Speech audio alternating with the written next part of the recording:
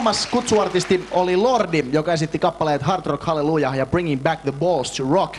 Tervetuloa lavalle, herra Lordi!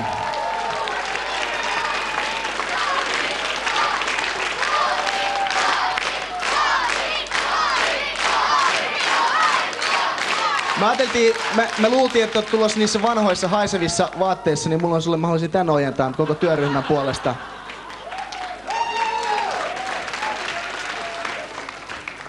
No niin, ja Lordin kanssa sitten siirrytään katsomaan, minkälaisen kouluarvosanan kansalaiset ovat heille antaneet. Ja tulos tulee ruutuun. 9! Ja kova. Wow, ei ole edes väärinpäin, se on 9 se. Mitäs mieltä herra Lordi on tästä tuloksesta?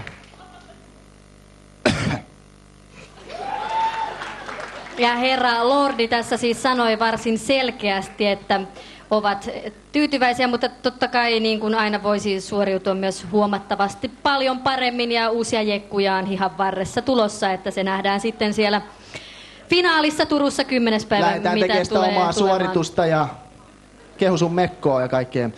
Mennään seuraavaksi varsinaiseen äänestystulokseen. Teiltä tuskin saa kommenttia, kumpi biisi oli oma suosikki. Katsotaan kumman kappaleen kanssa Lordi lähtee Turkuun. 58% Hard Rock Hallelujah.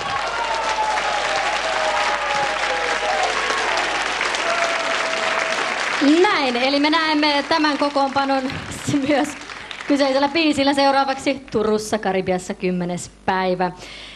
Kiitoksia, Lordi.